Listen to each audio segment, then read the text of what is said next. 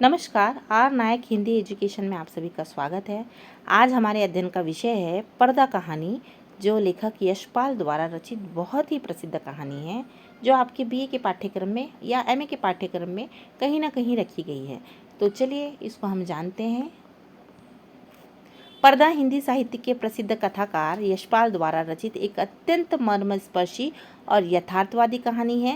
ये कहानी मध्यवर्गीय समाज की विडंबना, आर्थिक तंगी और दुनिया की नज़र में अपनी झूठी शान और प्रतिष्ठा बनाए रखने के खोखलेपन को उजागर करती है। मतलब ये जो पर्दा कहानी है, ये पर्दा कहानी एक यथार्थवादी, जीवन का यथार्थ है, सच्चाई बताने वाली कहानी है कि समाज में किस तरह से लोग आर्थिक तंगी से तो तंग रहते हैं, पर समाज में झूठे दिखावे के नाम पर या झूठी शान या प्रतिष्ठा के नाम को बनाए रखने के लिए क्या करते, खोखलेपन को उजागर करने वाली ये कहानी है कि व्यक्ति के पास कुछ भी नहीं रहता, पर झूठी शान और झूठी प्रतिष्ठा के लिए वो क्या क्या करते हैं। ठीक है, देखिए कहानी इस तरह से शुरू होती है कि एक खानदान है जिनका बहुत दादा परदादाओं से बहुत अधिक नाम है। ठीक है, और उसके बाद में क्या होता है कि जो ये इनका जो राज कारोबार है, अब कुछ समय के बाद, पहले तो था, पहले बढ़िया ठाट बाट सब कुछ थी, नाम था, रुतबा था, पैसा था, सब कुछ था।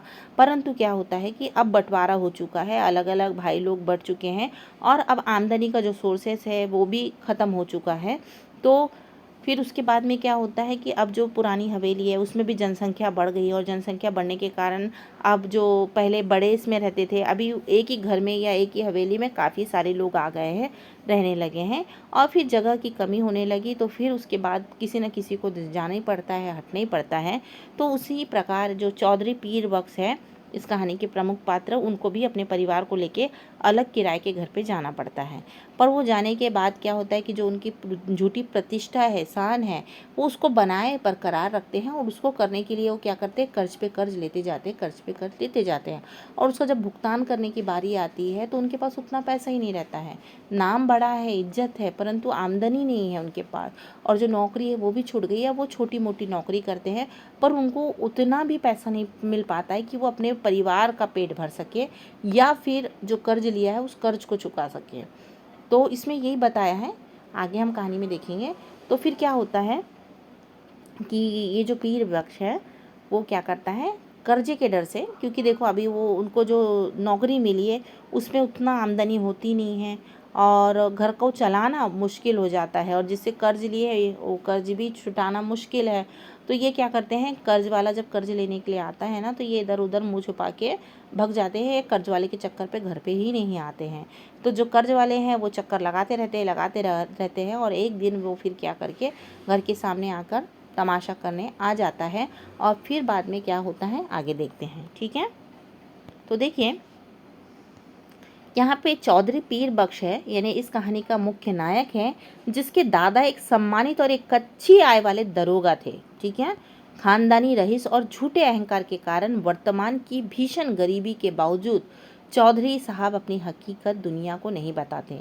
यानी कहने का मतलब, इनका जो दादा परदादा थे, उनका नाम बहुत चलता था, खानदानी लोग थे, खानदानी रईस थे, और अभी जो वर्तमान में ये गरीब हो चुके हैं। ठीक है, और गरीब होने के कारण, पर गरीब तो हो गए हैं, पर ये दुनिया को अपनी हकीकत नहीं बताते हैं। ठीक है, और झूठी शान को बरकरार रखने का हर मुमकिन प्रयास करते हैं।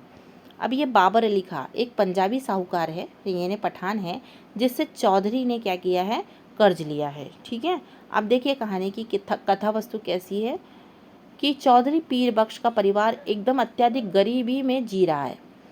उनके घर में आर्थिक हालत इतनी खराब है कि घर का दरवाज़ा तक गल गया है, और उसके घर की औरतें के पास तन ढकने के लिए भी पुराने कपड़े नहीं हैं। अपनी इस बदहाली और गरीबी को दुनिया के सामने छिपाने के लिए उन्होंने दरवाजे पर एक पर्दा लटका के रखा है, और ये पर्दा उनके खानदानी सम्मान, झूठे अहंकार और लज्जा का प्रतीक है।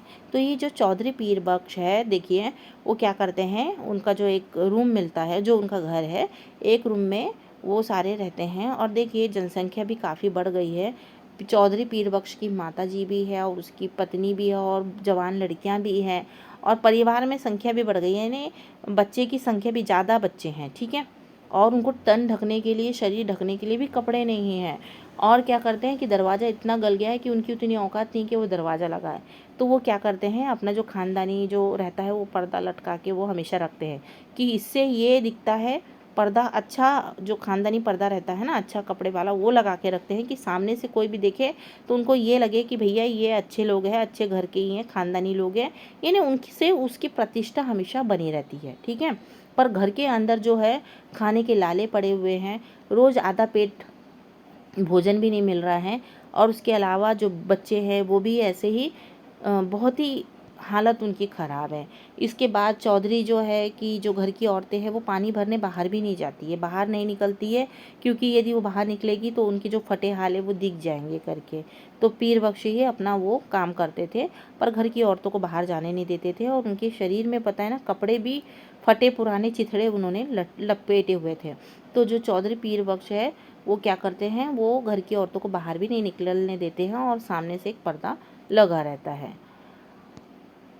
अब देखो, चौधरी ने अपनी ज़रूरत पूरी करने के लिए क्या किया था, बाबर अली खां से कर्ज लिया था, और गरीबी के कारण वे कर्ज चुकाने में असमर्थ थे, इसलिए हमेशा खां से वो बचते हुए फिरते थे। या जो बाबर अली खां जो हमेशा रोज़ आता था, रोज़ पूछता था कि चौधरी है क्या, चौधरी है क्या, तो किसी न किसी बहाने से वो भेजा दिया जाता था। ठीक है।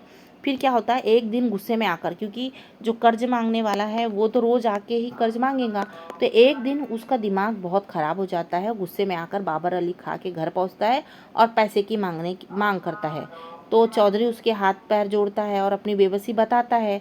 तो वो जो क्रोधित खां है वो चौधरी को क्या करता है, ताना मारता है, और गुस्से में आकर वो बोलता है कि तुमको पैसे देना पड़ेगा, क्योंकि इतने दिन से तुम झूला ही झुला रहे हो। और फिर गुस्से में आकर क्या करता है, वो दरवाजे में टंगा पर्दा खींचता है। जैसे ही पर्दा खींचता है तो क्या होता है कि घर के अंदर की जो सच्चाई है वो सबको दिखने लगती है, क्योंकि देखो ये प्रतिष्ठित लोग हैं, आजू बाजू वालों को इनका कुछ पता नहीं था। जैसे ही पर्दा गिरता है तो क्या देखते हैं कि जो घर की औरतें हैं उनके शरीर में जो कपड़े हैं वो भी छिथड़े लपेटे हुए हैं, और जो बच्चा है, उनका जो बेटा है वो, और उसकी जो माँ है, बेचारे ऐसी बदहाली में जी रहे हैं। उनके घर में बर्तन तक का नहीं है, क्योंकि जब खाने को नहीं रहता था तो वो एक एक बर्तन बेच बेच के अपने घर में खाने की व्यवस्था करते थे। तो घर में कुछ भी नहीं है, खाने के साधन भी जो मट्टी के बर्तन है ना, दो चार वही है, उसके अलावा सारे जो पुश्तैनी बर्तन उर्तन थे वो कुछ भी नहीं है, पहनने के लिए कपड़े नहीं हैं, और जो औरतें ने कपड़े पहनी है वो भी चिथड़े लपेटी है, अपने शरीर को ढक रही है। ये जब खुलासा सबके सामने होता है तो वो जो ब्याज देने वाला खान साहब है ना, उसको भी शर्म आ जाती है, और फिर वो बोलता है कि क्या मांगूं उनसे, कितने फटे हाल ये लोग जी रहे, इतनी गरीबी में जी रहे हैं। तो उसको भी दया आ जाती है और वो अपनी गाड़ी से चले जाता है। और फिर बाद में जो पीर बख्श चौधरी है ना, वो रोते हुए, कि उसकी हकीकत सबके सामने आ गई, रोते हुए घुटनों के बल बैठ जाता है और रोने लगता है, और उसे उस समय ऐसी भी इच्छा नहीं होती कि वो पर्दा जो गिरा है उसको उठा के टांग दूँ, क्योंकि सारी हकीकत सारे लोगों ने देख ली है, और वो अपनी बेबसी पे रोने लगता है। और जो खान साहब है वो चले जाता है। अब सोचता है कि इतनी गरीबी और इतनी बदहाली में क्या इनसे पैसा मांगूं, क्या इनसे ब्याज मांगूं, और क्या इनसे सूद मांगूं। वो चले जाता है और सारे लोग उनको एकटक देखते रहते हैं, बस्ती के लोग, और जो पीर बख्श है वो रोते हुए पैरों के बल बैठ जाता है, और कहानी का अंत इसी तरह से हो जाता है। तो ये कहानी का क्या उद्देश्य है, जैसे कि है ना, कहानी का कुछ उद्देश्य रहता है। तो जैसे ही पर्दा गिरा, घर के अंदर की सारी कड़वी सच्चाई, टूटे हुए बर्तन, जो टूटे हुए बर्तन हैं, बदहाल और बिना पूरे कपड़े पर बैठी हुई औरतें सबके सामने आ जाती हैं। दुनिया के सामने चौधरी पीर बख्श की झूठी शान, इज्जत और पर्दा हमेशा के लिए ख़त्म हो जाता है, और वे शर्मिंदगी से बेहोश हो जाते हैं। होश आने पर उन्होंने उस पर्दे को फिर से उठा के नहीं टांगा, क्योंकि अब छुपाने के लिए कुछ भी नहीं था। तो ये कहानी हमें क्या संदेश देती है? तो देखिए, ये कहानी हमें सिखाती है कि दिखावे और झूठी प्रशंसा या प्रतिष्ठा का बोझ इंसान को अंदर से खोखला कर देता है, और गरीबी की हकीकत को छुपाने के लिए हालात हालात नहीं बदलते, बल्कि अतः सच सबके सामने आ जाता है। यानी कहने का मतलब, झूठी प्रतिष्ठा और सम्मान को बचाने के लिए हम क्या करते हैं, झूठा दिखावा करते हैं, हमारे पास है भी नहीं तो भी जो वो करते हैं। पर यदि हमारे घर में फटेहाल है, गरीबी है, तो हमें क्या करना चाहिए, उसको दूर करने का उपाय करना चाहिए, ना कि झूठा दिखावा करना चाहिए, है ना। घर में गरीबी है, भुखमरी है, तो हमें रोज़गार करना चाहिए या हमें काम करना चाहिए और कोशिश करना चाहिए कि कोई घर पे भूख से ना वो हो और सबको अच्छा जीवन दे सके। और यहाँ पे क्या है कि कहने के लिए बहुत सारे लोग हैं, यहाँ पे पीर बख्श के भी काफ़ी सारे लोग हैं, घर में लड़कियाँ हैं, औरतें हैं। तो यदि उनके घर में इतने ही खाने के लाले पड़े हैं तो वो अपनी औरतों को, अपनी बेटी को कहीं ना कहीं जॉब करने, जो एक सम्मानित जॉब करने तो भेज ही सकते थे, पर झूठी प्रतिष्ठा के नाम पर वो क्या करते, घर की महिलाओं को बाहर नहीं भेजते हैं।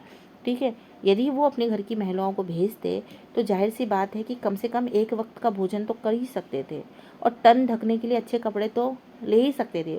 और जो बेसिक बर्तन खाना वाना बनाने के, वो तो उनके घर में हो ही सकता था और किसी से कर्ज लेने की ज़रूरत नहीं पड़ती थी। और इस तरह की ज़रूरत नहीं पड़ती थी तो सबके सामने इस तरह की हकीकत भी नहीं आती थी। पर क्या करते हैं व्यक्ति, झूठी प्रतिष्ठा, शान और खानदान के नाम पर क्या करते हैं, इस तरह का काम करते हैं और उसके बाद में उनको शर्मिंदगी उठानी पड़ती है। तो आशा करते हैं कि ये कहानी आपको समझ में आई होगी। समझ में आए तो लाइक और सब्सक्राइब करें। धन्यवाद।